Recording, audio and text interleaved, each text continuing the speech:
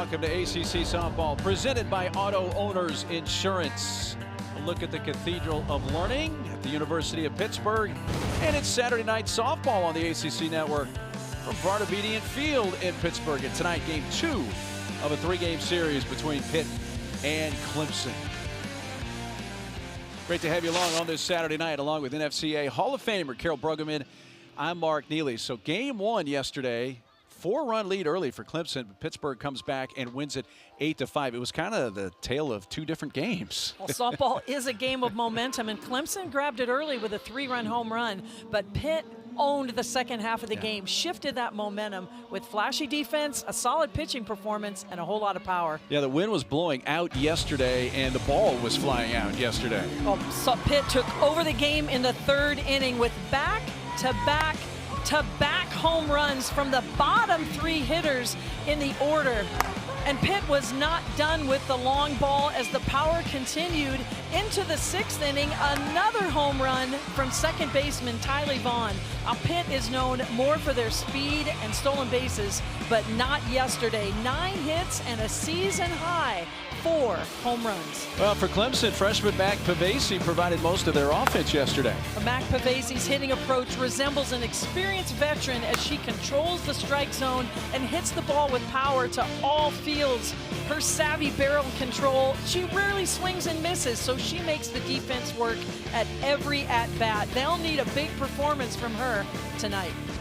Grace Sparks pitched well in the circle yesterday for Pittsburgh, and following her, Kira Pittman gets the call in the circle tonight. Yeah, Pitt goes with the experienced veteran, leads the team in innings pitched. The team has a calmness on defense behind her, and they're looking for a big performance from her in the circle today.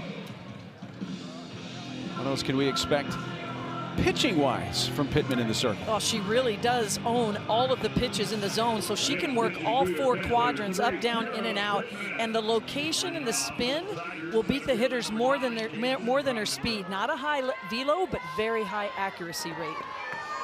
Jamison Brockenbrough steps in the batter's box, and we are ready to roll on this Saturday night. As you see, Pitt's wearing the blue pinstripes tonight. Clemson, no Julian Noller in the lineup tonight. She had started every game so far this year. Get the lineup for Clemson here for game 2 of this series.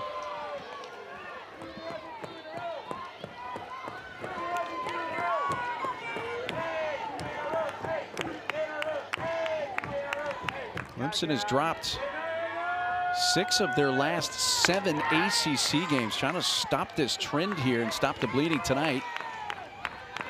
Brockenbrough right at the top of the order, 2 for 4 in the opener of this series yesterday with an RBI.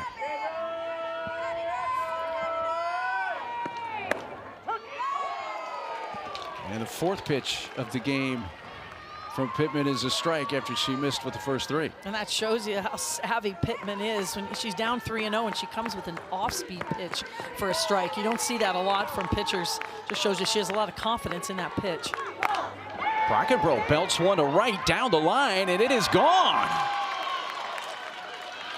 Well, the wind is not blowing out tonight. In fact, it's barely blowing at all, but that was a line drive out to right. And Brockenbrough's 5th home run of the season. It is a game leadoff homer for the Tigers.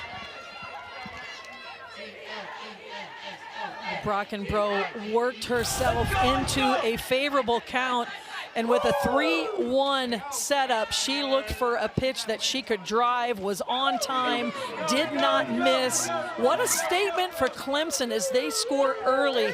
We've seen a lot of home runs in this series so far, Mark. That's our 7th one. The first one of the night. We had 6 yesterday. Hit her swinging with confidence. Brockenbrough and Clemson probably happy now that that 4th pitch was called a ball, or what was called a strike and not a ball, and let her see another pitch that she hits out her 5th home run of the season. Right in on the hands of Kylie Chanel, who pulls it foul. Well, this is a Clemson team that has a lot of success in the short history of their program. Tremendous success, and they just have not got on track consistently as an offense this season. And they've mixed the lineup up, you know, tried different people, especially in the heart of the order, 4, 5, 6 part of the order, just looking for more RBI, more power hitting consistently through the lineup.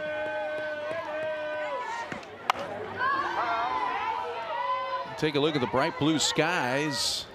Yesterday it was warmer than today, but the wind was blowing out strong to center field, resulting in all those home runs. Instead of being in the high 70s, around 80, just 60 degrees for the high today.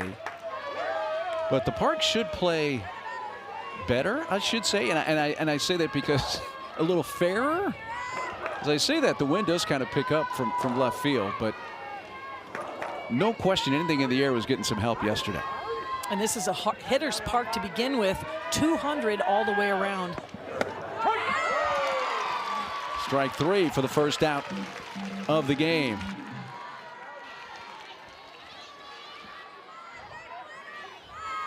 So Pittman rebounds with a strikeout. Yeah, and came in with her off-speed pitch. That is the pitch she's had the most control of so far in this game. Very early, just 2 batters in, but she's been able to throw that pitch for a strike. That was a first pitch strike to Mac Pavesi.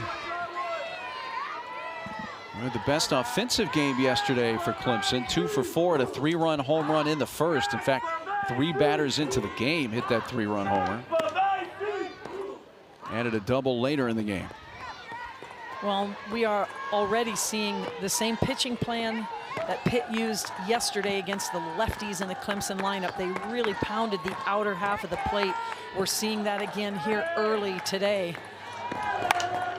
Pavesi a check swing as she went out after one, and it's at about 20 feet foul. Yeah, and why not? That was a recipe for success yesterday. Gwen Sparks throwing a complete game win, and through a screwball, rise ball combination on the outer half. I look for Clemson to get on the plate, make that adjustment. Those left-handed hitters drive that pitch the opposite way.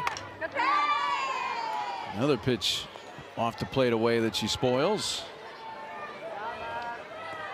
Yeah, her final at bat of the game yesterday against Sparks, as you mentioned, that screwball was working away from the lefties from Sparks. And really heads up Pavesi, next level. She went out after it and lined a double to left. Yeah, we talked about it just a little bit earlier. She does not have the approach of a freshman in the box. You know, a lot of confidence, a lot of swagger, backs that up with just knowing the strike zone, owning the strike zone, good barrel control, can hit the ball to all fields. Bouncy ball towards the middle, cut off there by Vaughn, and Tylee's throw in time to get Pavesi for out number 2.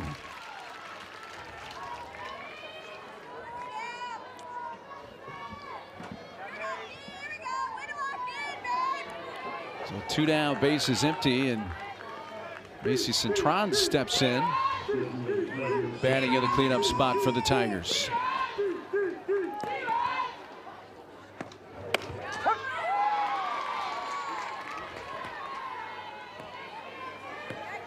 Such a nice offering from Pittman. Every time she's thrown an off-speed pitch in this game, it has been for a strike, and she's thrown it on different counts, so you can't be hunting or sitting on that pitch. And she's not just throwing it when she's ahead in the count. I mean, she's led off a batter with the off-speed. She struck out a batter with the off-speed, and that makes it very difficult as a hitter, you know, to not only hunt one side of the plate, but also the timing of that pitch. We welcome those of you that just watched Notre Dame beat North Carolina men's lacrosse. You've just missed the first 3 batters of the game. Jamison Brockenbrough homered to right to begin the game. Kira Pittman, the starting pitcher for Pittsburgh, has retired the next 2. Now a 2-ball, 2-strike count after that foul ball from Macy Cintron. Kira Pittman getting the start. Pittsburgh won game 1 of this series by a final of 8-5 yesterday. It was a much different game as far as the weather. It was warmer, cloudier, windier. Wind was blowing out. A little cooler today. Sun is out. That ball hit just foul past the third base bag. Very little breeze to speak of. Good look here at Vardabanian Field.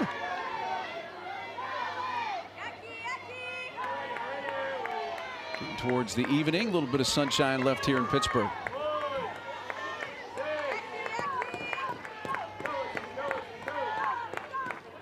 Comes the 2-2 pitch.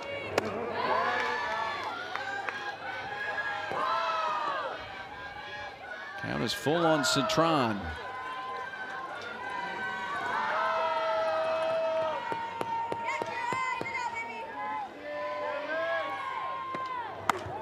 Off speed, strike 3. Second strikeout of the inning for Kira Pittman. But Jamison Brockenbrough begins the game with a line drive out to right field. Sets the tone early for Clemson. It was a no-doubter.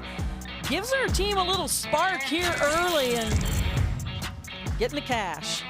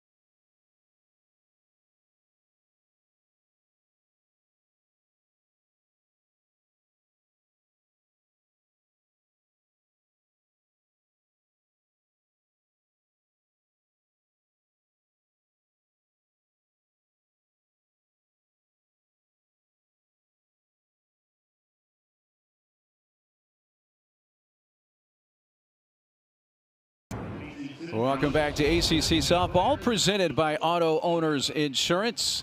Saturday night in the Steel City of Pittsburgh. Game 2 of this 3-game series between Clemson and Pitt. Clemson takes a 1-0 lead to the bottom of the first. Home run by Brockenbrough began the game for the Tigers. And in the circle for Clemson, it'll be the first start of the year for Macy Cintron, who Carroll threw mainly in relief last year, but threw over 60 innings. Started 7 games last year. This will be her first start of this season. Yeah, and comes into this game only having thrown 3.1 innings on the season. But she is definitely one of Clemson's best athletes. She is a two-way player, had an exceptional freshman year, and they're seeing a little bit of an injury. They really wanted her to focus on her hitting early in the season, and now she wants the ball and she's ready to go. She did pitch in relief late in yesterday's game, went 2/3 of an inning, retired both hitters, and threw 11 pitches. There's the Panther lineup, and right up top, Tylee Vaughn, who had another big game yesterday, including that 2-run home run late in the game.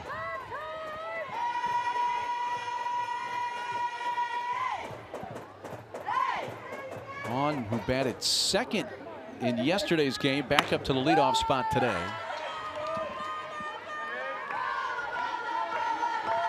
And she makes a difference in this Pitt lineup on both sides of the ball. And we saw her make some exceptional plays on defense yesterday.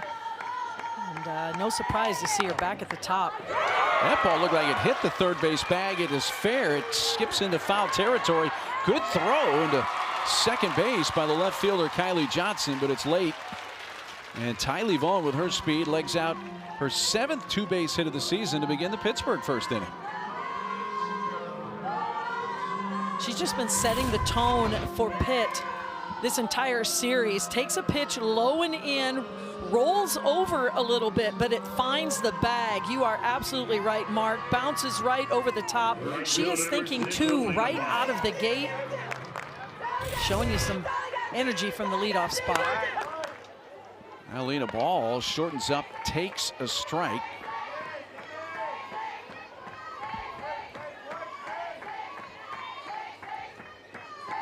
Numbers on Alina Ball, hitting .281 on the season. Bunts in the air, and that is caught by the catcher, Hicks. So it's not unusual for Ball to try to lay down a bunt or sacrifice in this situation. Just Couldn't get it down. And that is a wasted at bat for Pitt. They have their best bunter in that position, and that's a gift for Clemson as they retire her and get an out. Well, brings up KK Esparza, who has really been the best overall hitter for Pittsburgh this year. Texas native hitting .366.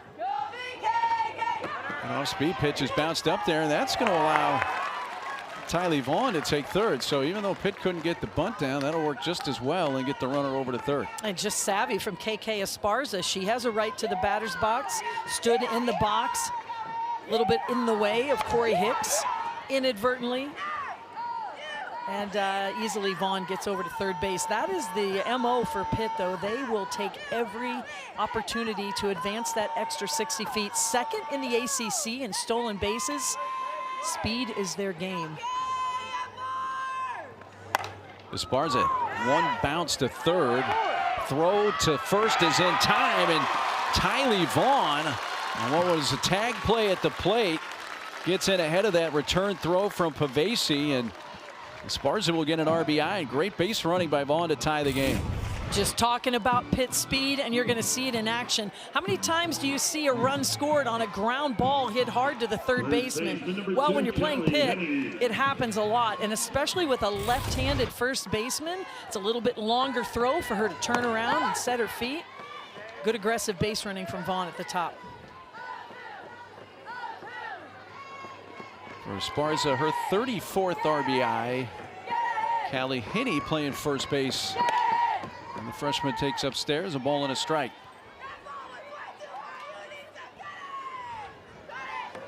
And Clemson gets a home run from Brockenbrough. Pittsburgh, a double by Vaughn, a wild pitch, and an infield ground out to third, bringing in the run.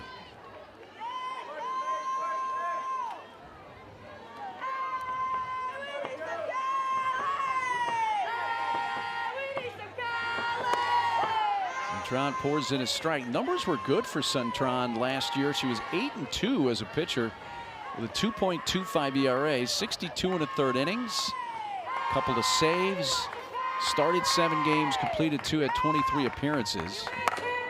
Bouncing ball out to shortstop. Chanel in time to Pavesi to retire the side, but Tylee Vaughn produces the game-tying run, and at the end of one, it's one apiece.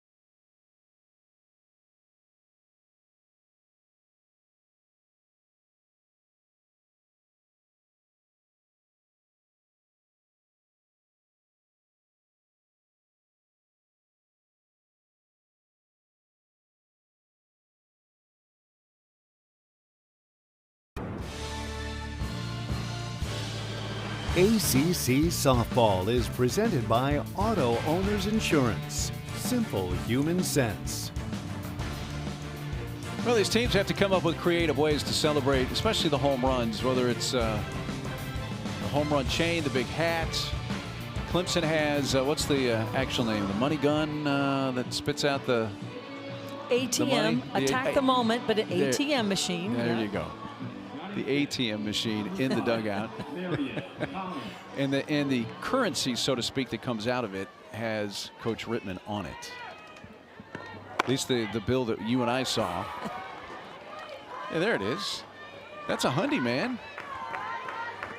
I mean, that's looking good. Yeah, when they hit a home run, they sign the bill and have to put it in the machine. And Brockenbrough has made a deposit already today. Yeah. Yeah, that just shows you, as we look at John Rittman there, live and not on a bill, how good the bill looks. Do not try to use that when you're paying for something, though. That can lead to big problems. There's a strike call. But kudos to the creativity for Clemson. Especially in this era of NIL. it makes a lot of sense these days. How appropriate. Yeah. Marion Collins leading off Clemson's second inning off the end of the bat and cues it foul past Coach Rittman. You know, we mentioned at the top, no Julia Noller in the lineup for the Tigers. She had started every game this year, and Coach Rittman has been just very candid about it. You know, there have been players that had great years a year ago that are struggling to kind of duplicate those numbers. Noller fits into that category. She's getting the night off here tonight, at least from the starting lineup today. Yeah, that is a rare sight to not see Julia Noller in the lineup, and really is a testament to this Clemson offense. They just have not been able to get on track consistently this season. Coach Rittman talked about it himself. Well, hitting the air to center field again off the bat, and it fooled Amari Braden a little bit, and she's dealing with the sun at the moment, but it wasn't hit all that hard off the end of the bat and just kind of floated out into the outfield. And see Amari shading her eyes with the glove. Wasn't able to get a really good break on that and get a good read. Yeah, and she's playing very deep, so she has to travel quite a bit as well. But this ball's hit a little bit off the end of the bat, and that's why it didn't go very far. Missed opportunity there, though, for Pitt. Catcher Corey Hicks.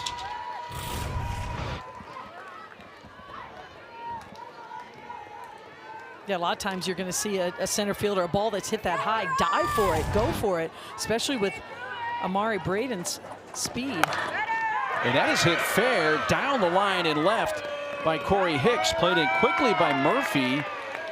They'll keep the lead runner Collins to just 60 feet and a single for Hicks, but the first two are on for Clemson here in the top of the second. And this is the type of hitting that Clemson has been looking for. Back-to-back hits.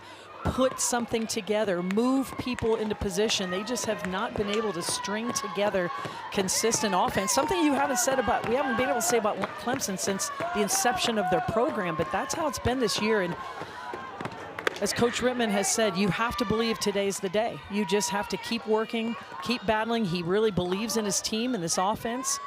Try and put it all together. Well, they've dropped 6 of their last 7 conference games after losing game 1 here yesterday. Well, they started all right in conference, took 2 of 3 from Georgia Tech, 2 of 3 from Louisville, and 2 of 3 from Notre Dame, but then got swept by Florida State and then dropped 2 of 3 in Blacksburg to Virginia Tech last weekend. So kind of trending the wrong direction with just 3 weeks left in the regular season. Well, when you look at the ACC standings, your eyes are used to seeing Clemson in that upper half, and that is not the case as of today. They are in the lower half, and they're going to have to work themselves out, and the schedule doesn't get much easier for them while they're trying to work themselves into more consistency. This is a team who has a lot of big wins, and you take a look there of their recent ACC schedule, but they've had some big wins this season over Oregon and a lot of ranked teams, and they've also had some tough losses. Missed a little bit inside. Ball 4 to Sarah Bro, and that's going to load the bases. Yeah, the Clemson RBI as of today is still very respectable, 26. And that is great position. You ask any team in the country, hey, middle of April, your RPI is 26. What do you think? They'd say, I'll take that any day. I mean, that is in a great position for a postseason opportunity in the NCAA tournament, familiar territory for Clemson. But it just hasn't felt that way for Clemson, especially to your point, Mark, as of late in the conference. Yeah, last year this is a team that finished second in the regular season to Florida State, went to Boston, Chestnut Hill, and won the ACC tournament. And then almost got past Texas in the super regional round. I mean, it really they were 60 feet away from eliminating Texas, and Texas wouldn't even have made it to Oklahoma City, much less win the national title. And they've talked about that a lot in the offseason at Clemson, and a big reason for their theme of the year, ATM, attack the moment. They were so close to making that step, taking that step to the World Series. All inside to Kylie Johnson. Kylie getting the start in left field. It was interesting to see the lineup for Coach Rittman. Again, no Noller in the lineup, but then had Cintron in there.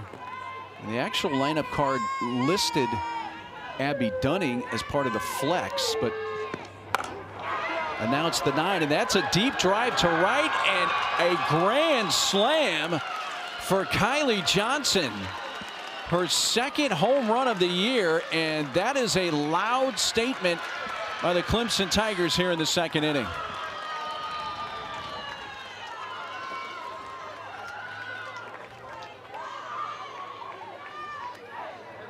Well, sometimes when you're looking for some offense, you shake up the lineup.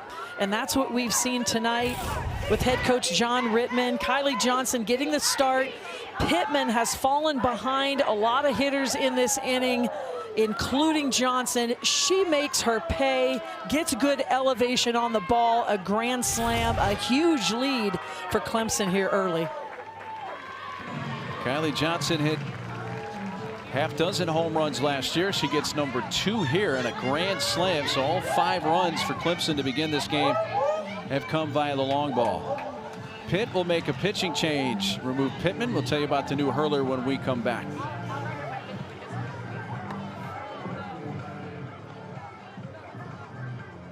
Now pitching for the Panthers, number 16, Allie Lucas.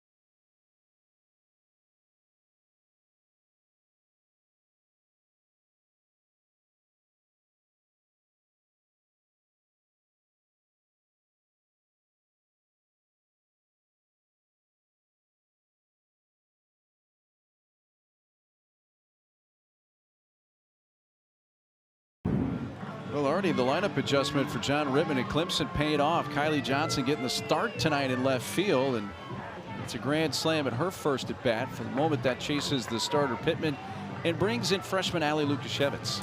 And Lukashevitz, one of the top 2 freshmen in the circle here for Pitt. She's thrown 11 innings on the season, but Coach Jenny Allard says her best pitching is still ahead of her, likes her upswing. You're going to see her work a curve to both sides of the plate. Everything has a little bit of an upspin with a screwball, rise ball combination. Lukashevitz from Chino Hills, California. Had some medical issues in the fall, really didn't train much in the fall. Kind of set her back timing-wise in her freshman year. It's popped up, staying in play. Who wants it? Third baseman Gracie Helton comes down the line and snags that for the first out of the inning. Well, Lukashevitz coming in and doing her job. A different tempo, and the ball's coming from the opposite side with the left-hander. With everything having a little bit of upspin on it, Clemson's going to have to make that adjustment, really square up the top half of the zone with the ball. Back to the top of the order for the Tigers. Jamison Brockenbrough began the game with a line drive home run to right just inside the foul pole. Her 5th home run of the season.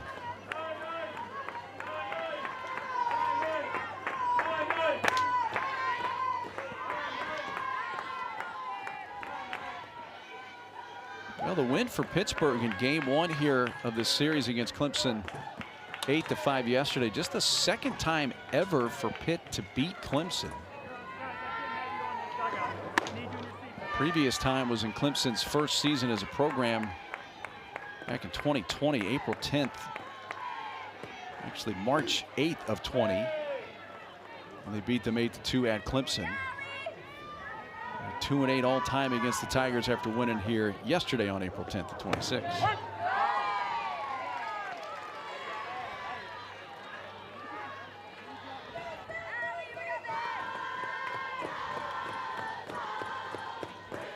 Three balls and a strike on Brockenbrough. This was the count that she hit the home run on in the first inning, a 3-1 pitch. This time fouls it into the screen. Here it is in the first inning for Brockenbrough to start the game. And worked herself into that favorable count. Look how far out in front she gets. She's right on time, hits the ball, elevates it out of the park to the pull side. It was a no-doubter. Really set the tone early for Clemson. Takes upstairs, ball 4. Lukashevitz hands out a walk, second walk of the inning given up by Pitt pitching.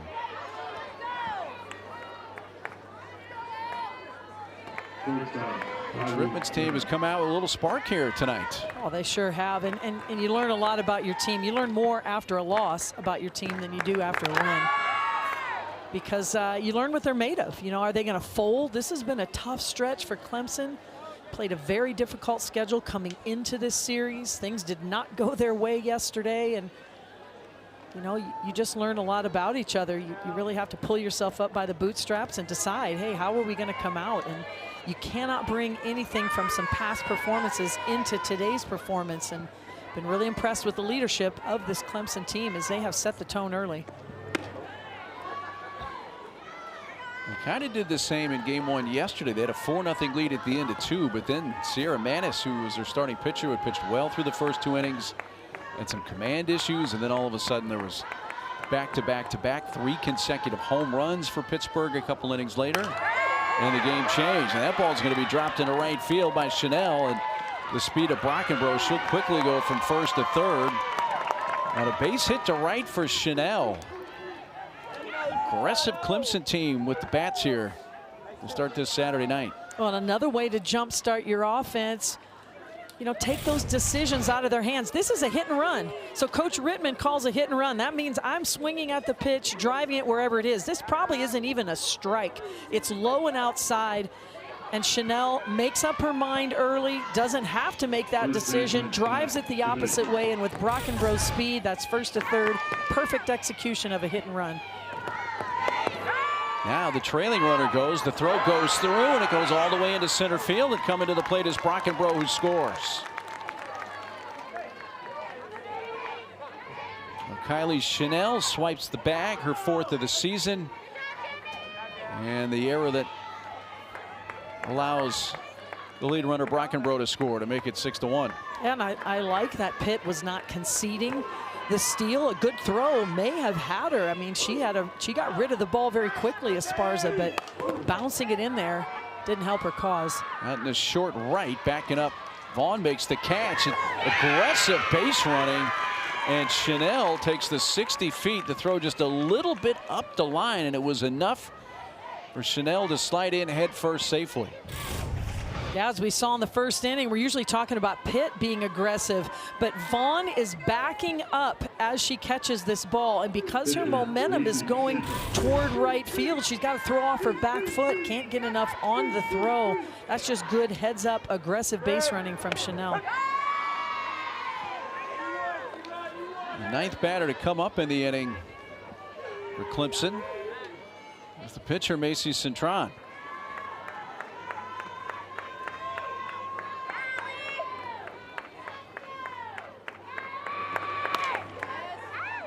I was mentioning John Rittman's lineup card and the lineup exchange prior to the game. Each head coach made a change, and I'll let you explain what each of those were, Carol.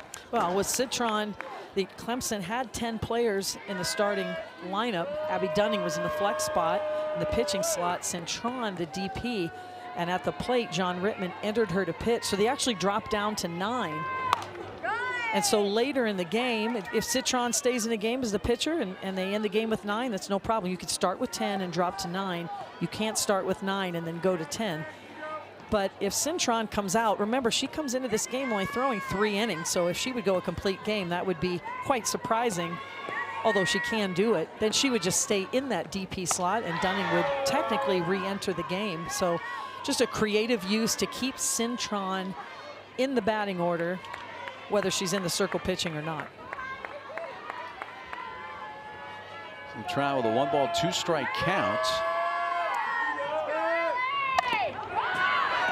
On the Pittsburgh side, and they do this with KK Esparza, where they will list her as DP and then make the switch at the plate and she catches, and I think that was the case again tonight. Yeah, saw that again. Esparza as the DP and Tozic as the catcher. Tozic is not going to catch, so they just make that switch, and that's really for down the road. Both are still in the hitting lineup, but down the road, if Jenny Allard wants some different options, it allows her to do that. Out of reach, great diving effort by the right fielder out there. Ball. Alina gave it a good shot, but came up about a half step short of that one in foul territory.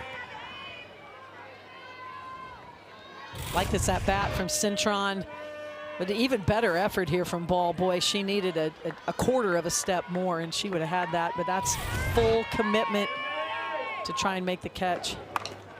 Slow ground ball out to third base. Gracie Helton throws a strike to first.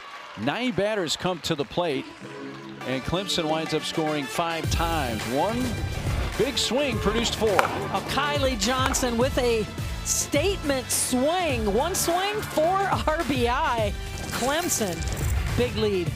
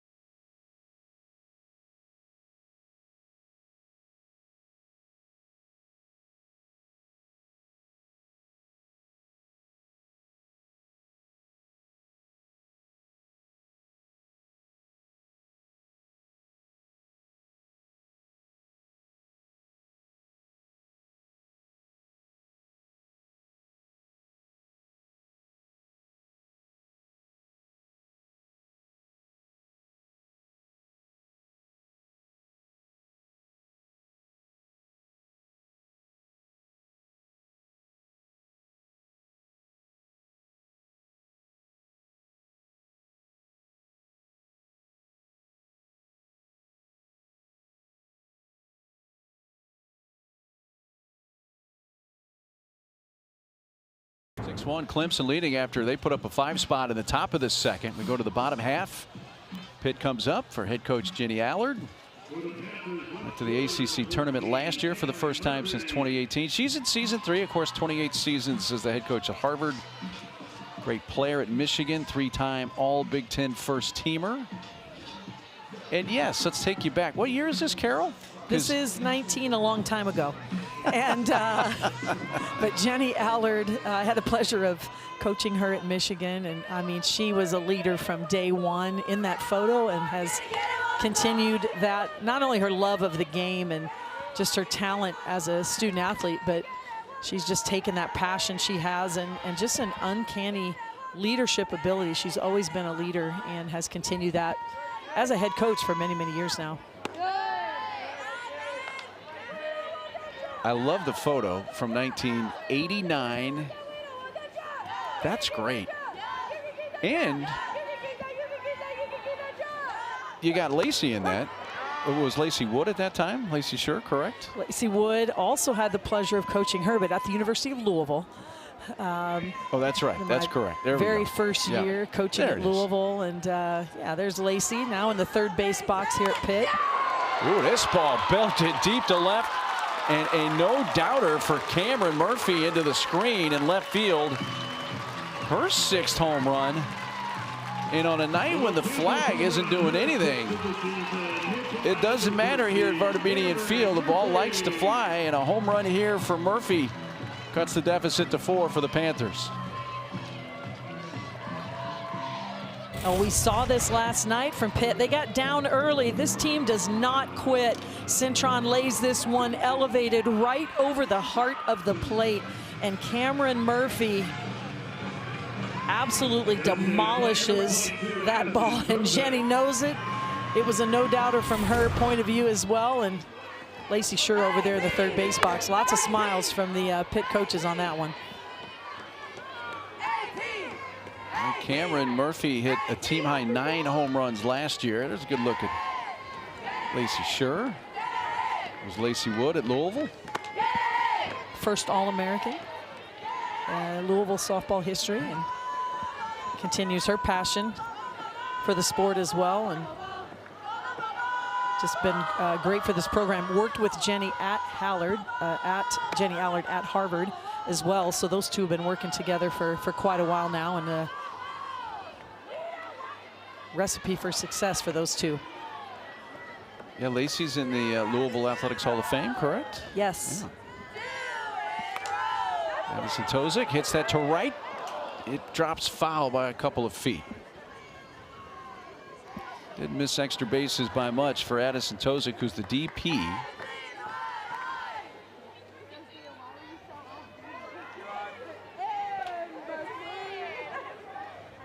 Lacey Cintron, 24 pitches so far here through an inning plus now 2 hitters.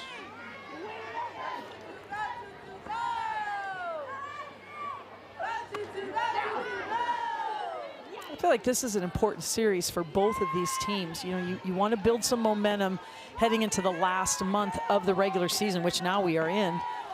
And both of these teams really fighting for postseason opportunities. Pitt get in the ACC tournament again. Of course, Clemson, same thing. There's a strikeout for Cintron. That's her first K of the night. And I feel like that's why, you know, we're just seeing this grit. I feel like these teams have shown a lot of grit. Clemson started out strong yesterday. Pitt finished strong. Today we've got a little bit of a battle going. I mean, by my count, we're at 9 home runs in this series, and we're only in the top of the 3rd of game 2 of the series. And, you know, they're just digging in and grinding, and we've seen a lot of runs on the board so far today.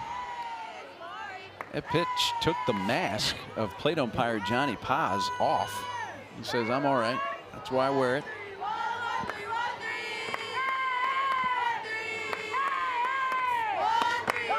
There's another strike. Well, Cintron has gotten ahead with a first pitch strike to every hitter she has faced so far in this game, all 7. It'd be a huge addition to Clemson if she can pitch more innings for them. Nice off-speed pitch there for a strike. But, you know, Clemson started the year, and really Sierra Manis and Abby Dunning were getting the job done. They've done the majority of the pitching for Clemson, and now that Cintron is feeling better, is nursing a little bit of an injury, didn't pitch as much. I mean, they would love to have her back more consistently in the circle. But with that comes some of the things we just saw there. A hit by pitch, just a little control, command issues. It's one thing to throw in the bullpen and be looking good and feeling good. It's quite another when it matters, when you're out there in the circle during the game. So the hit by pitch, Braden with 1 out. Shelby Frazier steps in, the shortstop.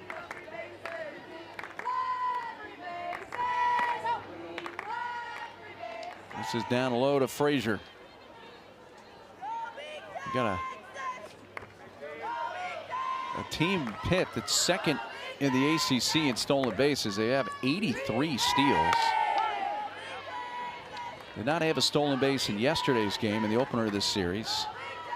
Only Louisville has more team steals than Pittsburgh in the ACC. And they have 3 of the top 4 individual base stealers in the ACC. Braden is number 2, right behind Chelsea Mack at Louisville. But this is a team that loves to run, take advantage of every opportunity. There you get a look at something that puts it a little more in perspective. Those 3 more steals. And what a throw by Hicks, and they gunned down Amari Braden. Well, she's gunned down for the 4th time in 23 steal attempts this year. That's how quickly Corey Hicks exchanges and gets rid of this ball, and you can't throw it any better than that. I mean, the ball was waiting for Braden. You don't see that very often when it comes to throwing out Amari Braden. You can't do it any better than that. And well, Coach Allard, who coaches first base, she went directly to the umpire after the out call on the steal attempt by Braden. The only thing I can think of is she's wanting some kind of obstruction here. Might be asking about obstruction, but you know, you have to let the leading edge of the base open. But she has the ball, and once you have the ball, you can own that space. So, in my opinion, there was no obstruction there. Ruling on the field is the runner is out of second base. It's been challenged by Pittsburgh. We're under further review. They didn't mention anything about obstruction. I mean, that's the only thing it can be. Now, the obstruction rule was kind of rewritten, kind of clarified in the offseason, was it not? We're now, with the way I read the rule as it reads now, that wasn't obstruction. She went and got the ball and had the ball and made a tag. Yeah, she did. And that obstruction rule, to the NCAA Rules Committee's credit, every single year gets a little bit rewritten to get it right. I think it's one of the hardest rules in the game to call for our officials. Now, is her front foot, you know, before she has the ball in the leading edge of the base, she's definitely straddling the base, which is, you know, not necessarily what you want. You definitely want, and Braden does have the leading edge that goes right under her legs, but in my opinion, what makes the difference here is she has the ball. And when you have the ball, you can own that space. So it's very clear to me this is not obstruction, mainly because of the fact that she does have the ball before Braden is even close to the base.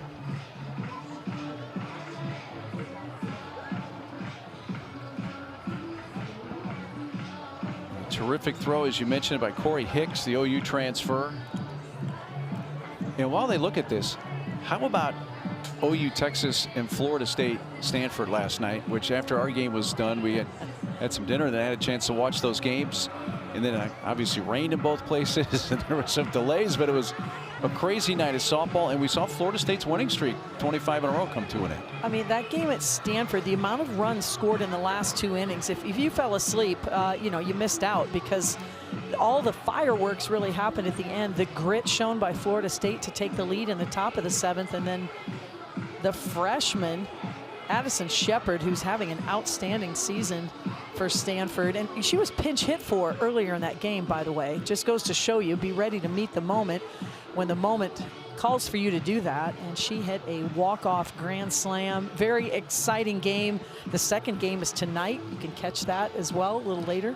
Yep, that'll be on ESPN following the OU Texas game again. They rolled those 2 games out on ESPN2 last night, both on ESPN tonight. So looks like we have a ruling.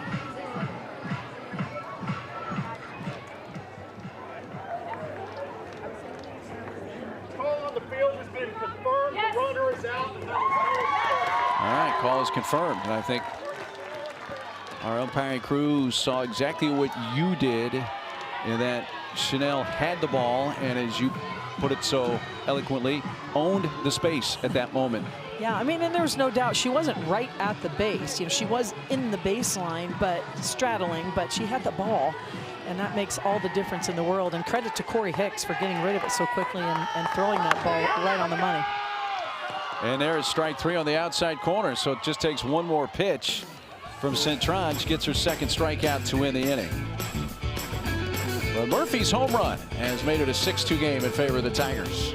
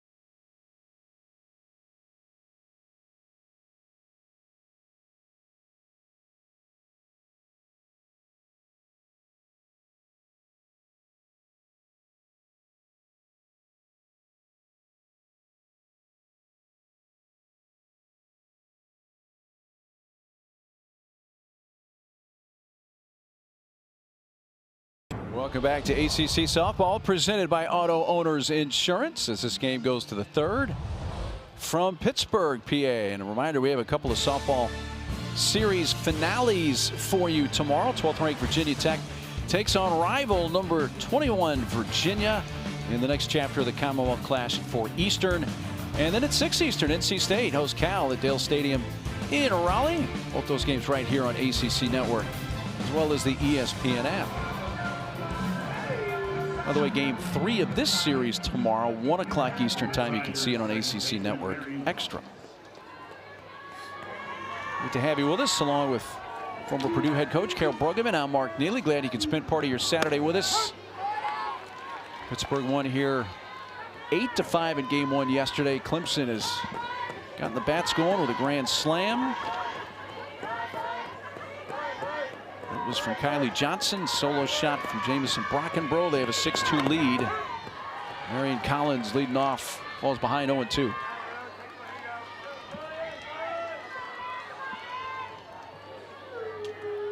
Marion began the second inning with a single. 9 batters would wind up coming to the plate for the Tigers, and they scored 5 times.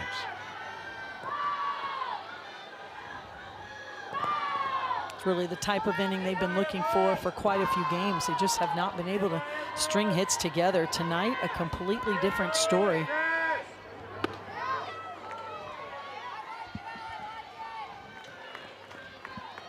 Collins had a base hit in yesterday's game. 1 for 1 so far tonight, facing Ali Lukashevitz for the first time, the freshman out of the bullpen for the Panthers. Wave and a miss and a strikeout. Lukashevitz wins the battle to start this 3rd inning. Really, the best word to describe Lukashevitz is spinny. And you get a good look at it there. It's a curveball, and it's breaking not only away from Collins, but also up in the zone. So it's breaking on 2 planes with a lot of rotation on the ball.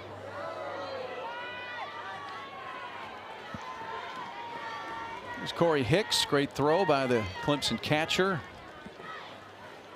Get the caught stealing of Amari Braden in the last inning. Corey, a base hit to left, first time up. That pitch under her hands, and it's 2-0.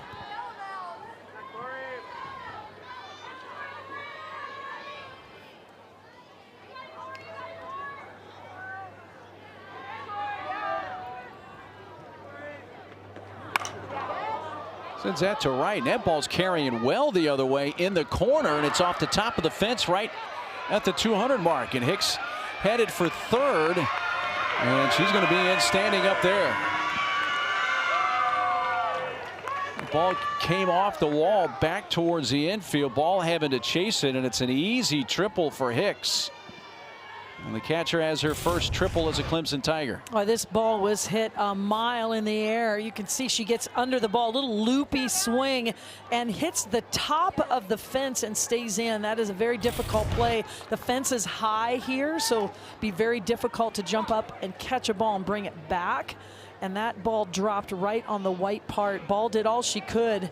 But Corey Hicks, you know, she continues to move up in this batting order. She's hitting in the heart tonight in the 6th position. She's 2 for 2 on the evening, and Clemson has been looking for more production in that heart of the order. And Hicks is jumping at that opportunity this evening. Timeout here for Pittsburgh as they want to talk things over. Got the pitching coach Jordan Dale out there talking with Lukashevitz. She's sure out there as well. Well, we have a moment. I want to remind you that our next women's lacrosse matchup on ACC Network and the ESPN app is the latest chapter in the Great Tobacco Road rivalry. The number 2 Tar Heels take on the number 17 Blue Devils. Coverage will begin at 5 Eastern on Thursday here on ACC Network and the ESPN app. All right, the meetings have concluded. Sarah Bro is at the plate with Hicks at 3rd and 1 out.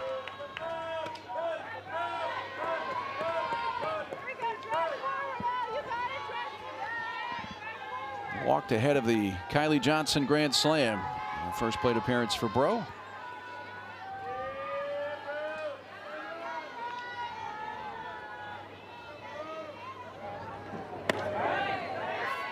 Just missed. True freshman pitcher facing true freshman hitter.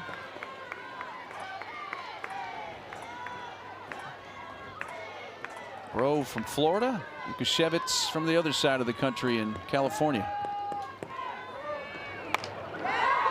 In foul territory in the coach's box. That's squeezed by the first baseman, Callie Henney. Oh, it's a big out for Pitt. There's so many ways to score with a runner at third and less than 2 outs. And anytime you can hit a ground ball to the infield or a little fly ball to the infield, especially the corners, next to a strikeout, that's the next best thing, to hold the runner at third base.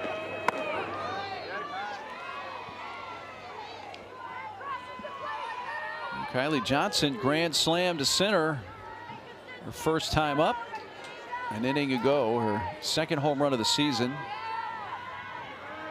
12th home run in her Clemson career. Yeah, a lot of times what they have been doing with Johnson, they'll start Cintron in the outfield, and just to keep her in the batting order, and then Johnson will come in on defense, sometimes stay in the game and then go back out. Tonight they're able to get them both in the lineup, and it has paid huge dividends in the starting lineup, I should say. Yeah. And that's really paid off. Her other home run this season came February 25th at Georgia. There's a strike on 3-0.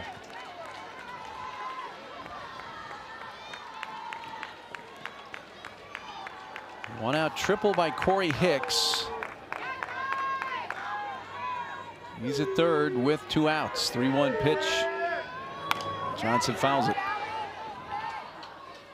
The adjustment Clemson needs to make, switching from Kier Pittman, who's throws a little more velocity, a little flatter ball, to Lukashevitz, who is coming from the left side, but just has a ton of rotation and spin, so it's not coming in very fast. Really got to track the ball diligently all the way to the bat.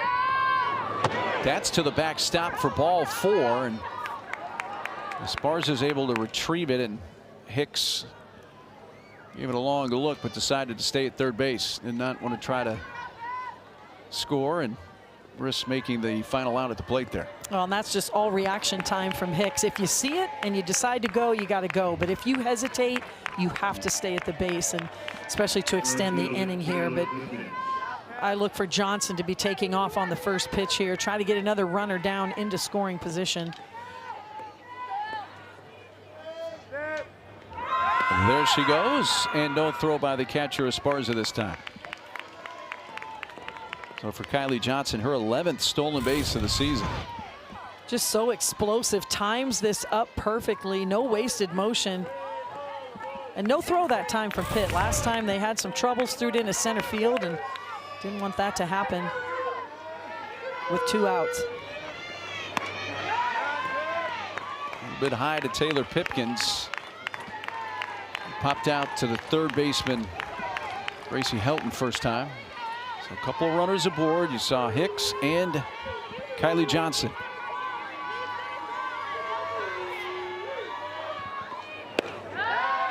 Well, this has been the struggle for Lukashevitz when she has had opportunities this season. A lot more walks than strikeouts out there in the circle. Hit batters, just the free passes. She has really elite movement on her pitches, but her ability to command those pitches has really struggled for her this season.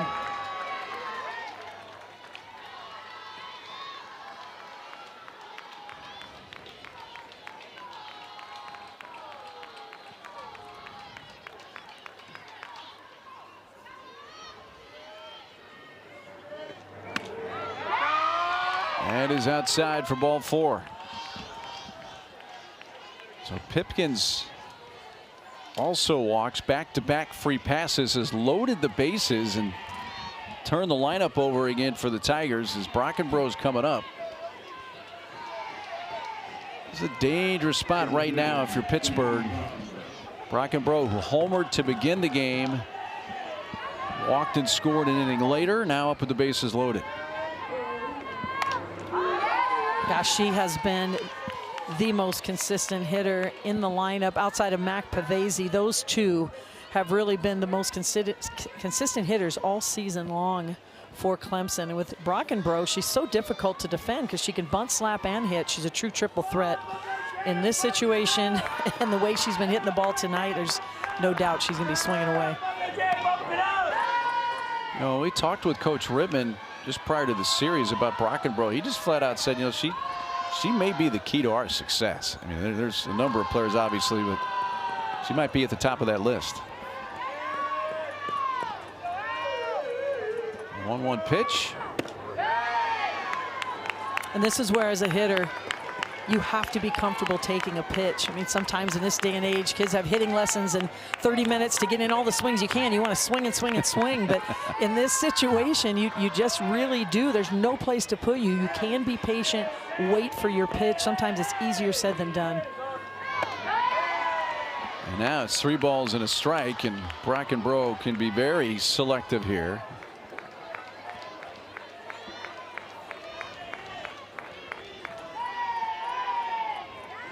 Ace is loaded with 2 outs. Clemson already leading it by 4 here in the top of the 3rd. Late cut and ripped it foul, and it's a full count.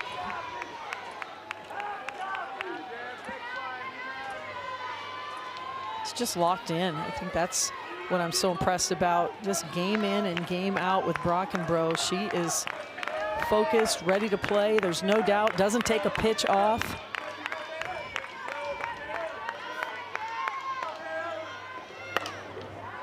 And almost a replay of the last one. Fouled again. Well, the one pitch she saw on the inner half of the plate, she deposited over the right field fence. And so Pitt has stuck with this game plan against Brockenbrough, working the outer half of the plate, like the adjustment you're seeing from Brockenbrough. She's got those toes on the inner half of the batter's box. Off speed, and a little squirted a shortstop right to Shelby Fraser. And Pitt avoids the big hit. Clemson doesn't score in the 3rd. They leave the bases loaded. It stays 6-2 Tigers, midpoint of the 3rd.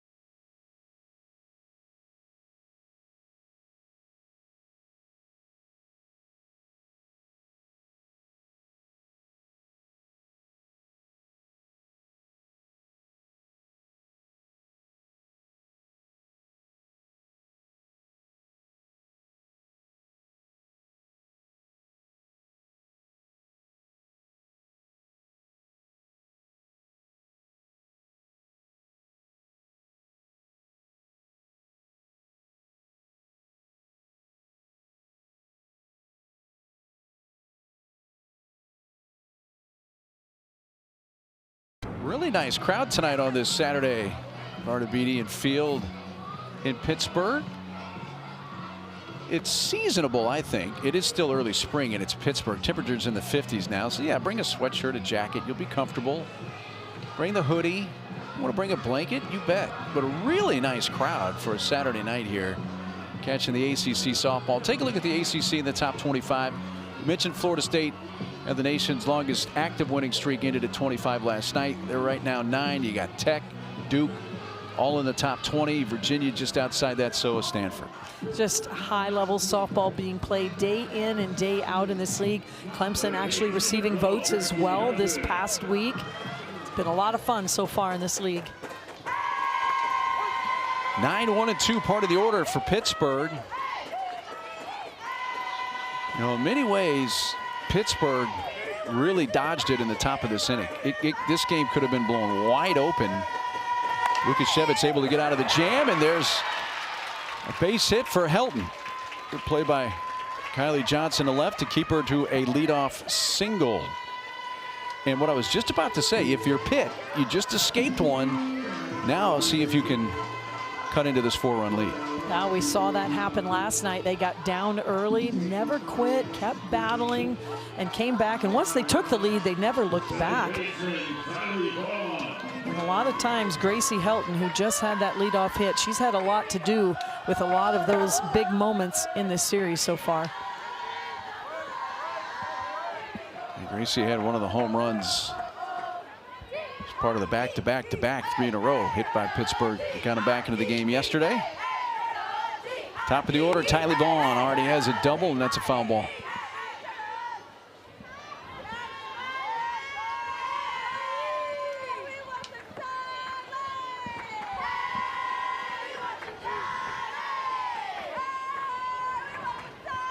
It's just the bottom of the third, but the first 2 innings have gone pretty well for Macy Cintron, making her first start of the season from Clemson. That off-speed pitch kicks away from Hicks, and it allows Helton to advance to second on a wild pitch. Well, yeah, and sometimes you watch Cintron out there, and you know what a good athlete she is and a two-way player. Her success speaks for itself. A year ago, really hit the scene and earned a lot of awards and accolades, but she'd only had pitched 3 innings coming into this game. Popped up to first and down the line. Caught by Pavesi. And so you just start to think about, you know, the longevity. How long can she go?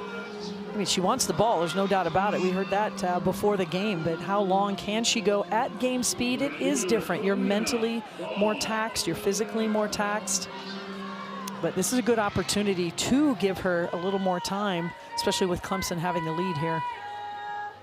That ball bunted by Ball, fielded by Cintron, and she fields her position well and throws out Ball by about a half step. It does advance Helton over to third, but that is the second out of the inning. Boy, when this ball goes down in the dirt, Ball angles that barrel down perfectly. You think, oh, this has a shot for Ball to beat it out, but Cintron just becomes like a third baseman. How quickly she gets the ball up and out of her glove and fires a perfect strike over there. It is not easy to throw out Ball. She's one of the fastest base runners in the league.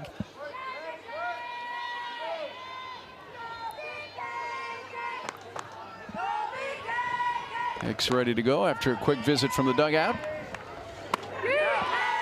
Waving a miss by Esparza. Carol, call me crazy, but this seems to me like a big run at third base for Pittsburgh with 2 outs in the 3rd inning. Well, especially that they escaped a big inning coming out of the top of the 3rd. Yeah, the way Clemson is getting on base tonight and the way they're able to pass the bat, you feel like, you get that feeling like they're not done, you know, putting the pressure on Pitt. So every opportunity Pitt has, they need to capitalize on. And Esparza, who's been their top hitter overall on the season, picked up an RBI on a ground out in the 1st. Already having a battle here with an 0-2 count.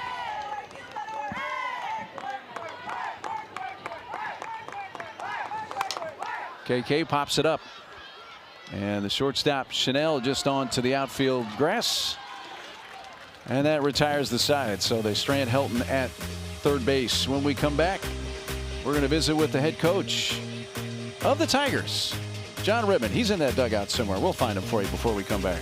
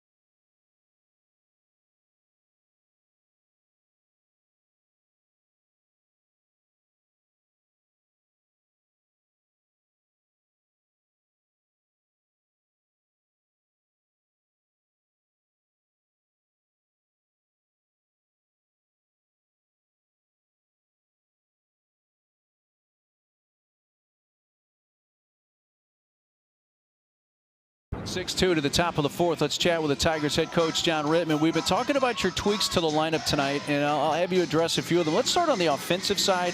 The start by Kylie Johnson. Obviously, she's already hit a grand slam. And just kind of your thought process putting the batting nine together tonight. Yeah, I mean, certainly after last night, you're taking a look at everybody in the lineup and see where you can make some tweaks. Kylie's sat over here for a while. She's a great player, great defensive player, gives us a lot of spark on the bases. And she can hit. She was just struggling for a little bit, so we let her sit for a while and kind of just sometimes if you sit down for a while, you kind of see the game differently. And certainly she's come out tonight ready to go. And so that's kind of the thought process there. She's a great player for us, and just sometimes you struggle a little bit in this game, and you need to take a different look at times. But she's a competitor. She's come out here and done really, really well for us tonight. Well, Coach, we're used to seeing Cintron in the hitting lineup, sometimes in the outfield. Hasn't been in the circle as much this season, yet she gets the start tonight. Talk about that. Yeah, Macy had an injury in the fall, and it kind of lingered into January. So kind of pitching her into shape this season, but you see it out there. She's competing really hard. She's keeping them off balance, and we needed it. We needed a big start, so hopefully she can continue to keep that going for the rest of this ball game. We appreciate the insight. Thanks so much. All right, thanks, guys. Head coach John Rittman. Yeah, you and I were talking at the end of last night's game, the way it ended for Clemson, and we noticed the players all assembled in right field. Coach Rittman went out and said something really quickly. It wasn't long, and he departed, but the players stayed out there amongst themselves for an extended period of time. And we knew that there was going to be some kind of message sent probably tonight. And sometimes, you win some, you lose some. You round the game long enough, you know that. But the way you lose a game sometimes can stick with you differently. And yesterday, kind of the way Clemson started the game and the way they ended the game just really struggled, not only in the circle, but just through the offensive part of the lineup. The way you lose games just doesn't sit right. It didn't with the players, certainly didn't with the coaches. And that hit by pitch puts the leadoff batter Chanel on. But credit to Coach Rittman and his staff. There's a lot of things during season. You can't make huge changes to a swing. You can't make huge changes to a drop ball, whatever it might be. But what you can do is try to put lineups together that make sense for that particular day. And that's what we're seeing tonight. Cintron with the start in the circle, and then a little mix and match here in the batting order, and certainly giving Johnson the start. Vasey fouls the pitch away. One of the changes, Julia Noller, who had started every game this year, not in the lineup. There's Julia. She started all but one game a year ago when she had 15 homers and had 62 RBIs, which was the second most in school history. So that was one of the tweaks as well. And Coach Rittman just said that. He said, hey, sometimes you need a chance to just sit and watch. Noller's getting that opportunity tonight. That ball gets away, and Chanel scoots down to second. And when we talked with Coach Rittman before the series, he mentioned it. Of course, we asked him about it, but he mentioned it. It's no secret. Our offense is not where it needs to be. A lot of our players that have had past success just they're not putting together yet. So he has a lot of confidence, a lot of faith in this offense. We've certainly seen what they can do. They've put up quite a few runs already in this series, not just tonight, yesterday as well. But it's just something that as a coach you continue to tweak, put people in positions to be successful. And when they come out of the lineup, doesn't mean it's going to be for the rest of the year. Yeah. As we've seen with Johnson, you give them another opportunity. So you mentioned it earlier, Clemson is sitting at 26 in the RPI. They are still, despite that it's felt a little bit of a struggle season for Clemson, they are right where they want to be as we head into mid-April. Just kind of tomahawked by Pavesi into the outfield. Quick throw comes in from Braden, but not in time, as Chanel able to score all the way from second. As Pavesi just like, hey, this is me, make contact to put the ball in play, and it pays off and drives in a run. When you look at Pavesi, there's a lot of things that stand out as a hitter. She does not act like a freshman when she is in the box, but one thing that really stands out is she does not swing and miss often. She has a very low swing and miss rate, and you're seeing it right there. Not a pitch, not in the strike zone. She just gets on top of the ball. She's able to throw her barrel up the middle, gets an RBI. sometimes when you swing, good things just happen. Yeah, just put the ball in play.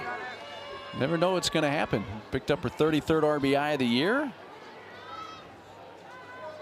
She had a big game yesterday. A 3-run homer, double.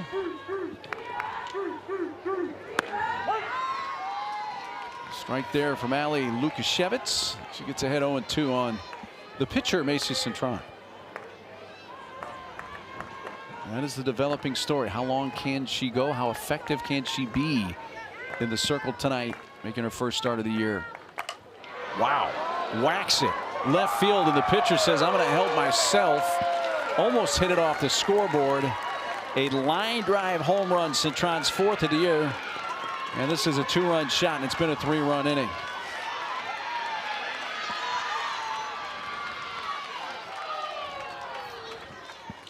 Hey, by the way, she's a two-way player, if you hadn't noticed. That's why she was ACC Freshman of the Year last year. I mean, she wanted the ball in the circle tonight. She got it. And talk about getting a pitch. This one got out of the ballpark in about 2 seconds because she timed it up perfectly, on time, on plane. The ball was a little elevated. Just really shows you her exit velocity, strength, bat speed, kind of putting it all together. But she is a force to be reckoned with when she is healthy, feeling good. And that's a good sign for Clemson. If they can get a few innings out of her in the circle, we know what she can do at the plate. That's a big swing for Macy Cintron. As you saw, her 4th home run of the year after hitting 14 as a true freshman a year ago. So Pittsburgh will make a pitching change. Lift Lukashevitz. I'll tell you about the new hurler next.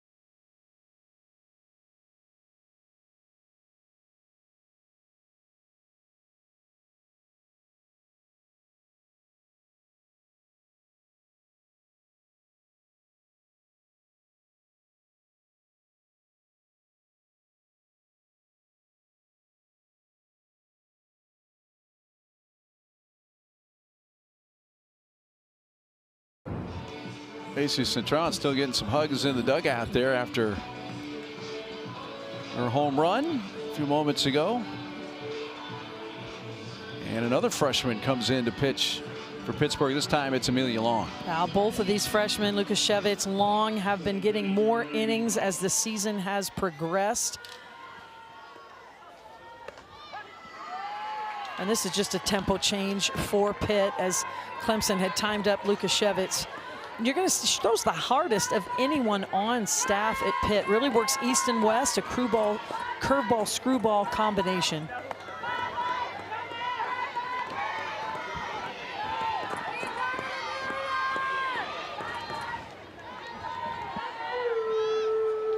Still nobody out here in the top of the 4th for the Tigers. And another base hit. This one stroked to left by Marion Collins. Her 2nd hit of the game. And give her 3 hits now so far through the 2 games in this series.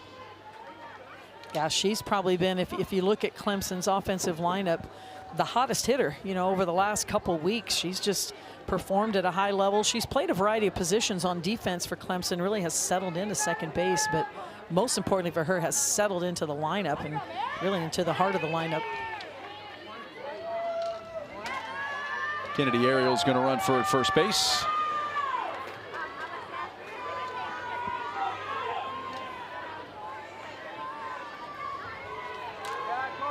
Ariel gets the sliding mid on, and she's ready to run the bases. Corey Hicks, the hitter. Clemson catcher, has singled and tripled.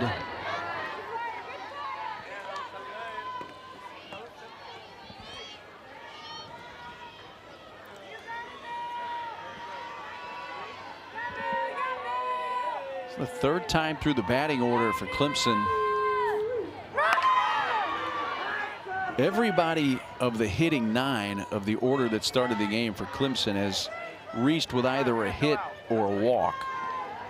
And a number of them have multiple hits. So the tweaks, plural, that John Rittman, the head coach of the Tiger, has made, at least through the first 4 innings, seem to be paying off. And that last pitch, not just the previous pitch, the off speed for a strike, but the pitch prior, we saw another hit and run. And that's another example, trying to jumpstart your offense. Just take the decision out of everyone's hands. It's go. Just make it happen. And that's paid off tonight as well for Clemson.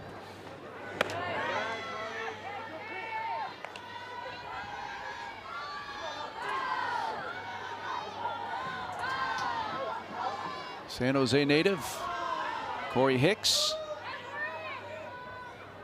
ready for the 2-2 pitch from Long. Golfs it into right field, and that ball's going to roll and roll and roll all the way to the fence. Getting waved around third. Collins heading home. Here's the throw, and she is safe. Now, Pittsburgh used a challenge and lost earlier, but we'll see if this is going to be a time where they want to use one here. Watching that in real time, it was bang bang at the plate.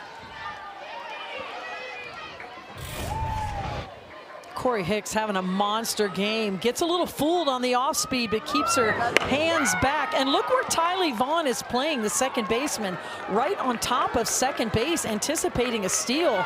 So there is wide open, and it's a nice relay to the plate. The tag is on the legs of Kennedy Ariel, so Pitt is going to do a challenge. Did your hand get in there prior to the tag?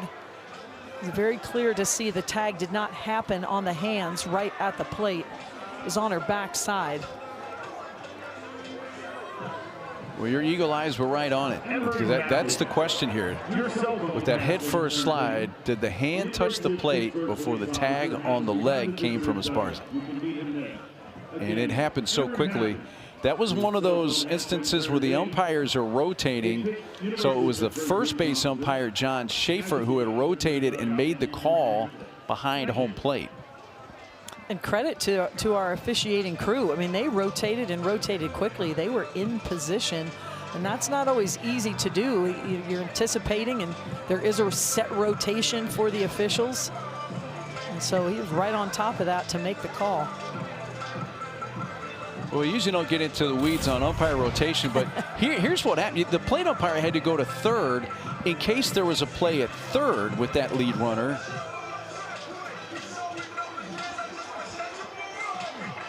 So you get a different, we got a little different angle there. Did that give me any more information about out or safe? Yeah, a little bit blocked there from the view, but you get a better look here. So does she secure the ball? You're looking for the hands. Actually, her hand was up a little high. You know, because her hand was up high, that tag may have snuck in there. She definitely, Esparza secures the ball. She's sliding it low to the ground, gets the tag.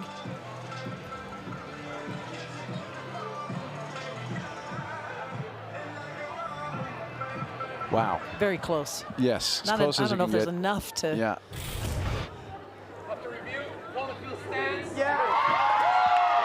So it stands. Wasn't confirmed. Stands, meaning there wasn't enough to overturn the call on the field, which was safe. And now Pitt is out of challenges. Yes, they've lost both. Well, Collins scores all the way from first.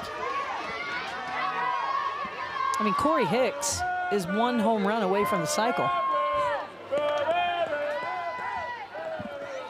Yeah, single, triple, double now. Sarah Bro walked and scored back in the second.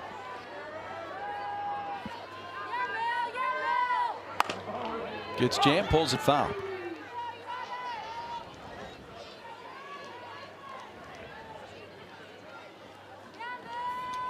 Yeah, I certainly don't fault Coach Allard on that challenge right there. I mean, especially where the game is right now, you got to take a chance here, because now you're looking at an 8-run lead, and obviously, you know, 8 after 5, et cetera, is an issue that would end the game.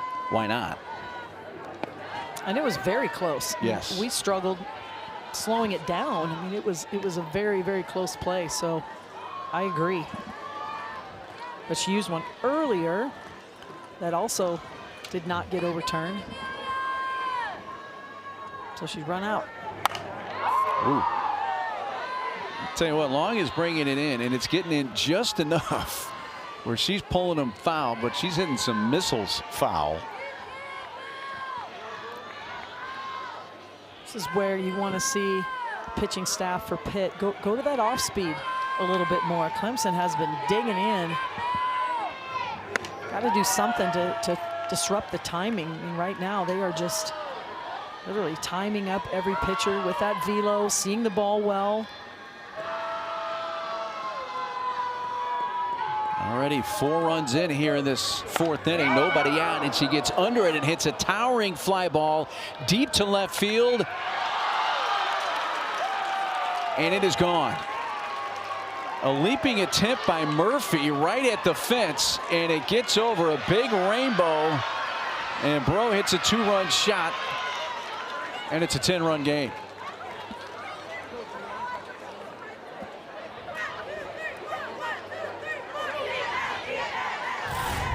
Well, Sarah Bro gets in the home run, hitting almost, I want to call it a derby tonight for Clemson. That's their 4th home run on the night. That one had a little more air in it, hit very high. Murphy does the best she can, gets all the way back to the wall, the deepest part of the park there, times her jump, but ball's hit too hard. And Clemson has just caught the hitting bug tonight, I'll say, Mark. They have been waiting for a game like this for a long time.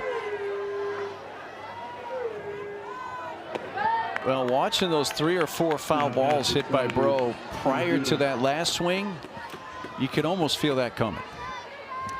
And hitting is contagious. This Clemson team tonight is confident. They are just passing the bat. Been, you know, just very disciplined. You haven't really seen too many swings and misses. You know, two of the 3 strikeouts they've had have been looking, and they were on off-speed pitches early, very early in the game. There's a high fly to center field. This one looks like it will stay in the yard, and does so. Braden shy of the track makes the catch, and there is the first out of the inning. And it comes on the 7th batter of the inning.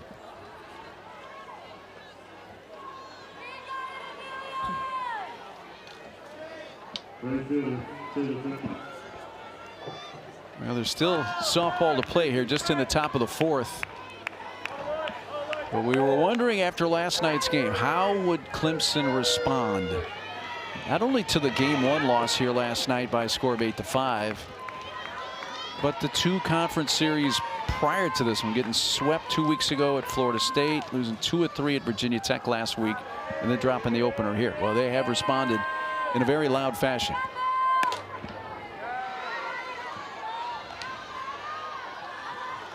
And sometimes you have plan A going into a season, or going into a series, or going into a game, and then a lot of times plan A doesn't work, as we saw last night. It just didn't work. And so you've got to go to plan B, plan C. I doubt coming into the weekend, or certainly if you even look back a week ago, that Macy Cintron was going to get the Saturday start in this game. But because of the performances yesterday and how the game went yesterday, and Cintron really wanting the ball, feeling good, they've got a good start from her today, and the offense has exploded. A lot of credit to this Clemson team, the way they've bounced back today.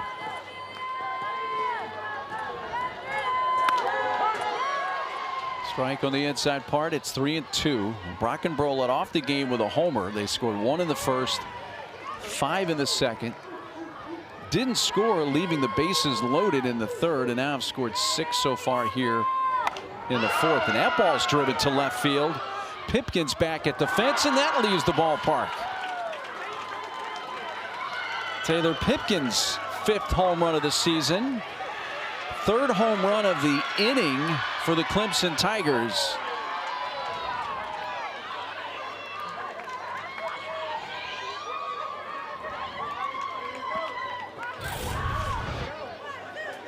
Talk about swinging with confidence right now, up and down the lineup. Just driving from the backside and letting it rip right now, this Clemson Tiger team. The home runs have been plentiful. That ATM machine is full tonight, Mark. And it's getting a lot of use, I'll tell you that. A lot of Hundies with John Rittman's picture have been getting spit out all over the dugout here on the first base side.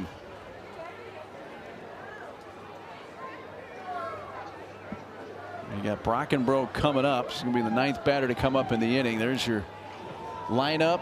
All the hitting 9. Everybody has at least one hit.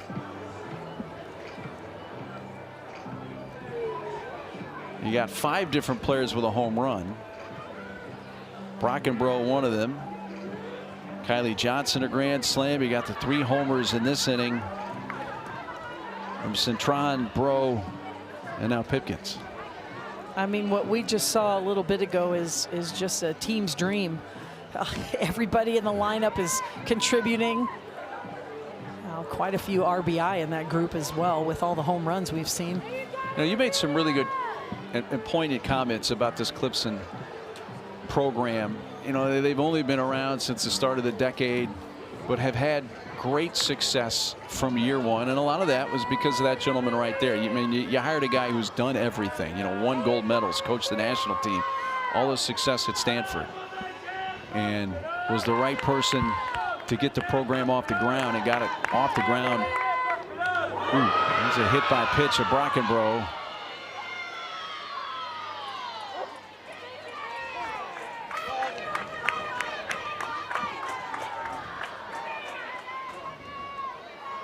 Things kind of falling apart in the circle tonight for Pittsburgh. We saw such an exceptional performance last night from Gwen Sparks. Did earn the complete game victory. Now with this score, you know, out of hand at the moment, Jenny Allard giving her freshmen some opportunities here to earn some innings. Get some conference play innings under their belt. But both freshmen have really struggled here tonight. Well, my comment on Clemson would be this: that all those things we mentioned, this is a proud program that's only been around, you know, what, 7 seasons now. But in 7 seasons, they've set a standard. And I think in many ways, Carol, you and I watched that game, and the way the last 4 or 5 innings went, I'll use this word. I think in many ways the program was a bit embarrassed. And like, hey, what are we going to do now? And we're seeing the results of John Rittman's response to this and his team. Chop to third, out at second, to first, double play. Well, Pitt turns their 9th double play of the season to win the inning, but Clemson scores 7. I mean, they just continue with the power. It started early. It has come off, and 5 home runs in the game for Clemson. They lead big.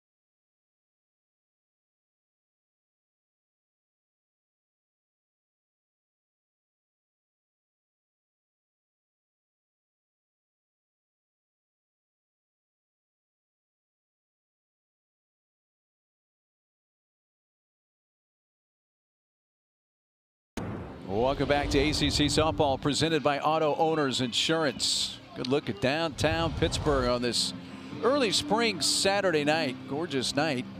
Rough night for the home team right now. They're down 13-2 after Clemson puts up a 7 spot in the 4th. 3 home runs in an inning. And if you're thinking, is that the first time they've ever hit 3 home runs in an inning in Clemson history? The answer is a resounding no.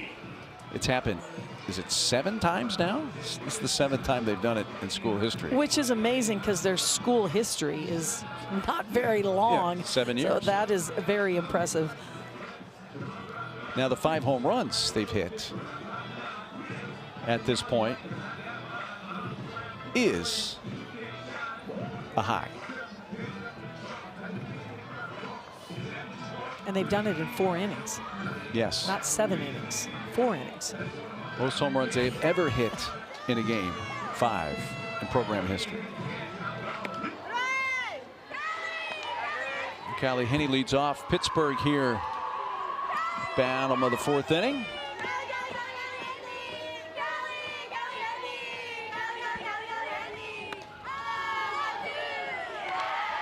Oh, and for Macy Cintron, not pitching a lot of innings on the season, came into this game just pitching 3 innings on the season, 3.1. I mean, she's got a pretty low pitch count. That's a high drive deep to left center field, and you saw Brockenbrough kind of gave a feel with her right hand for the wall, never actually touched it, knew she had some room, and hauls in a long out, number 1. Yeah, with Cintron back to her pitch count, if you're under 100 pitches in a game, that's very, very efficient. Coming into this inning, she was just at 45 pitches, and that's impressive. Well, check swing is going to turn into most likely a hit. I know that hit Pavesi's glove going to her right. Murphy, who had homered in her first at bat, is on base here with 1 out. Always one of the toughest plays, something in the 3-4 hole. Pavesi stands up instead of staying low and driving across her body to get to the ball. And just because that little motion of standing up, she's a little bit late to the ball. It kicks off. They've got a base runner. He scored a base hit, so Murphy's 2nd hit of the game. Madison Tozic, DP batting for the Panthers.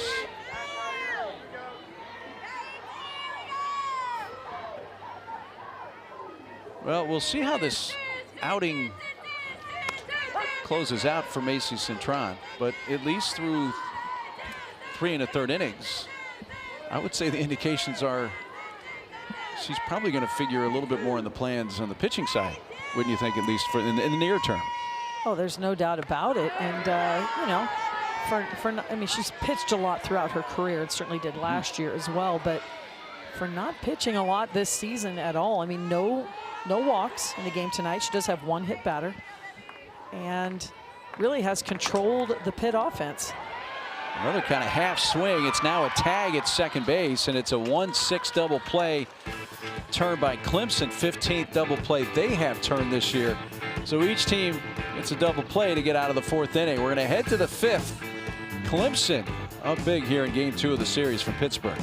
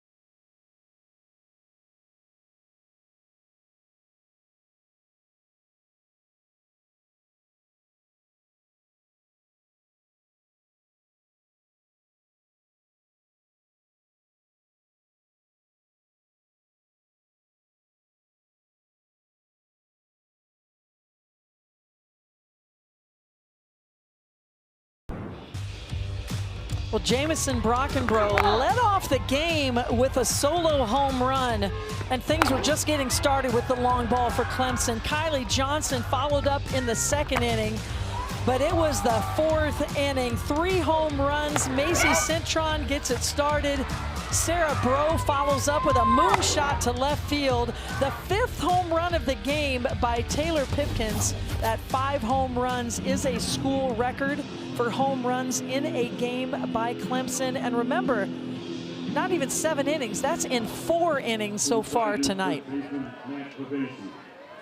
That's quite an offensive summary through 4 innings for the Tigers tonight. They bat here top of the 5th, knowing they're going to take at least an 11-run lead at the bottom of the inning with a chance to close it out. And Kara Pittman, the starter, has re-entered the game in the circle for Pittsburgh. Yeah, I thought we might actually see her a little bit earlier than here in the top of the 5th. But Pittman had a rough start, and you know, this is not only about this game. Certainly Pitt can come back. We saw Pitt hit 4 home runs of their own an evening ago. But it's more about getting Pittman in the right frame of mind. We've got another game tomorrow in this series. And you would think that Sparks may earn the start because she had such a strong performance last night, but they may need Pittman as well, who's really been the workhorse for the staff and has thrown the most innings all season for them. Pittman, who pitched a couple seasons in Maryland.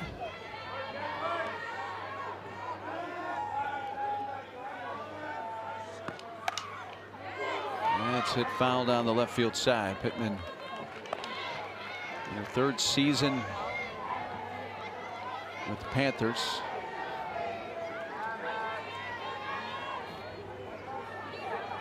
Mason McPavesi, who's leading off top of the 5th. Goes down after it, pops it up behind 3rd. Helton right along the line, makes the catch.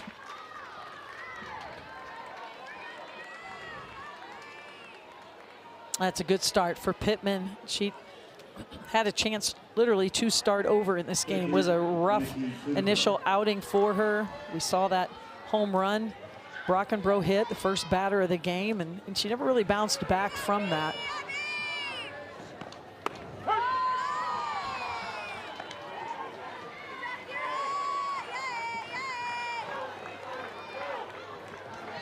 The pitcher Cintron had a 2-run home run the last time up.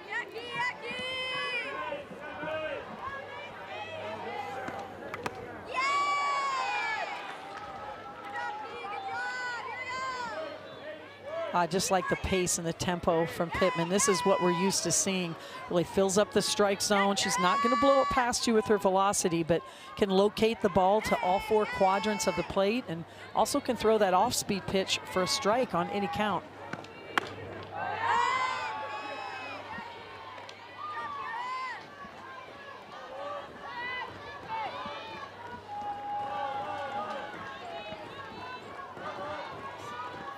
One-two pitch.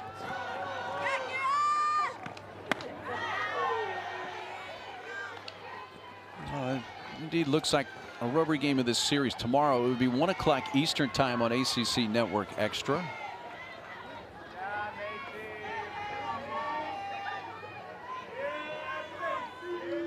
Long look at the wristband that time by Pittman. Goes to a full count.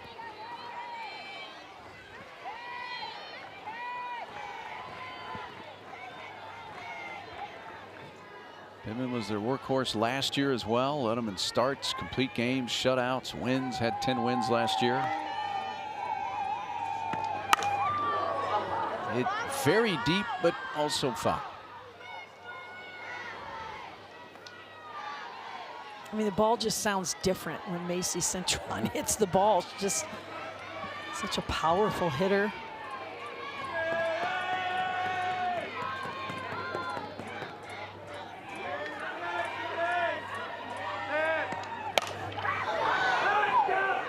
She's got some bat speed. There's no doubt about that. Also a reason why head coach John Rittman is literally standing on the pit sign out there. He is not on the dirt.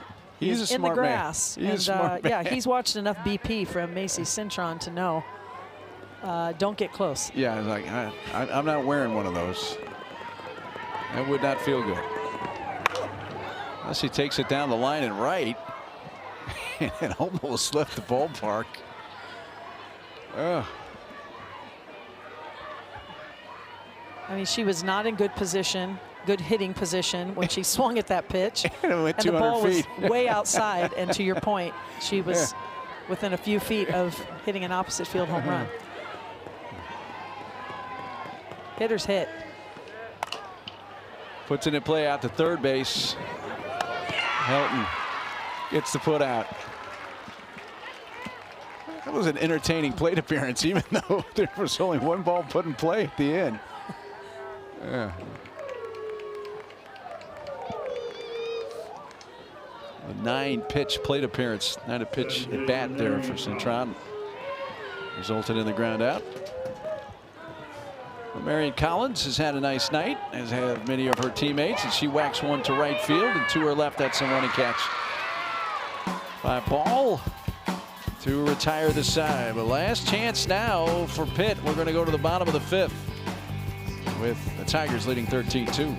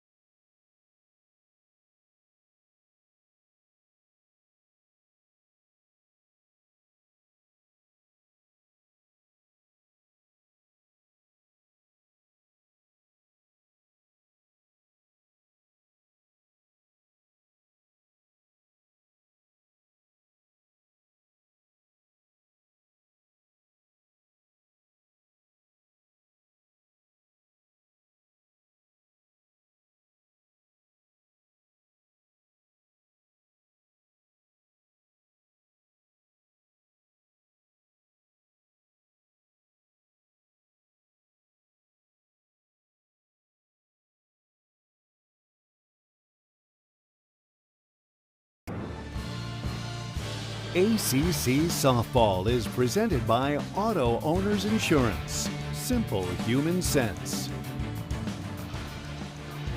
Well, Clemson has responded tonight after dropping game 1 of this series 8-5 yesterday, a game they led 4-0 early. Brockenbrough led off the game with a homer, and they just launched him from there, even though Pitt did tie it in the bottom of the 1st. A start from Macy Cintron, her first start of the season. She did pitch 2/3 of an inning last night in relief, retired both batters she faced. You see her numbers coming into tonight, what she's throwing in this game. And then, oh yeah, what she's done offensively. She is a two-way player. She's hit a 2-run homer tonight. And now you have Pittsburgh needing to score at least 4 to extend the game.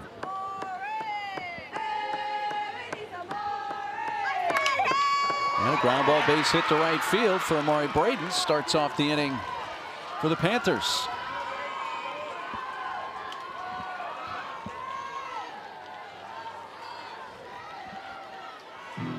Amari on base for a second time as she was hit by a pitch in her first plate appearance.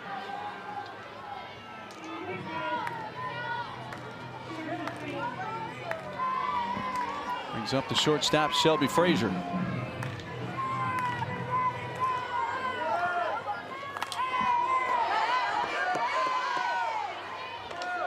You mentioned Cintron and her start tonight, her performance tonight, both sides of the ball.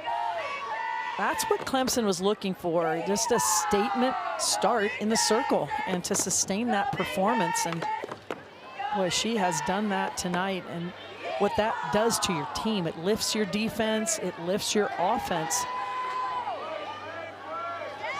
It's been a leader in the circle, really on offense as well for Clemson tonight.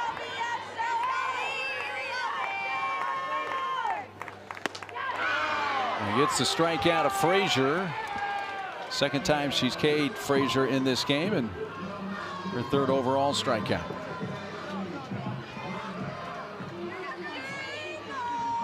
And still a little bit shy of 60 pitches, so she's been economical.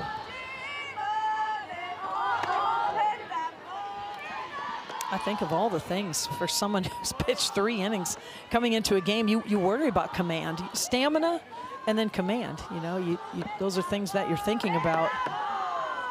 And she has checked both of those boxes. Here we are, and she's 2 outs away from throwing a complete game. And she's had very good command, just the 1-hit batter earlier in the game. And that's the only free pass she's given up. Elton fouls it away. You saw both pitcher and catcher getting the, I don't know if that's a new part of the pitch calling or maybe battery ran or whatever it was. That's all part of the pitch calling technology. Ground ball to third, to second for 1, to first. Double play ends the game. And Clemson takes game 2 of this series 13-2 to set up a rubber game tomorrow at 1 o'clock Eastern. Just a dynamic win, really an explosive win for the Clemson offense. They hit up and down the lineup, the 5 home runs, but I think most impressive, Macy Cintron, after not pitching a lot this season, gets the complete game victory. So Clemson with the win improves to 26-16 overall. They're 500 now in conference at 7-7. Get the big two-way performance for Macy Cintron. Pittsburgh falls to 21-19 overall at 7-10 in conference play. And again, rubber game tomorrow. You can see it on ACC Network Extra at 1 o'clock Eastern. That's going to take care of things on this Saturday night from Pittsburgh. All ACC coming up next in the studio with Taylor Tannenbaum and Brittany McKinney. Stick around for that. That'll take care of things from here at Barnabedian Field. For Carol Bruggeman, our terrific crew, I'm Mark Neely. Thanks so much for spending part of your Saturday night with us. Clemson wins it going away big. And we say good night from Pittsburgh.